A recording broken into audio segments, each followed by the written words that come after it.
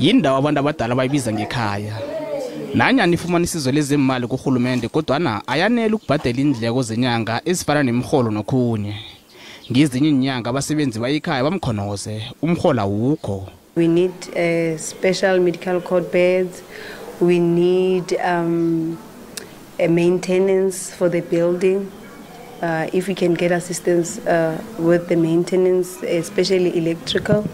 Lokhu kwenze kwababudisi bonyana ikhaya labakhulile kweli lisebenze ngefanelo. The funds are never adequate because we have to pay salaries, we have to expense on the operational costs.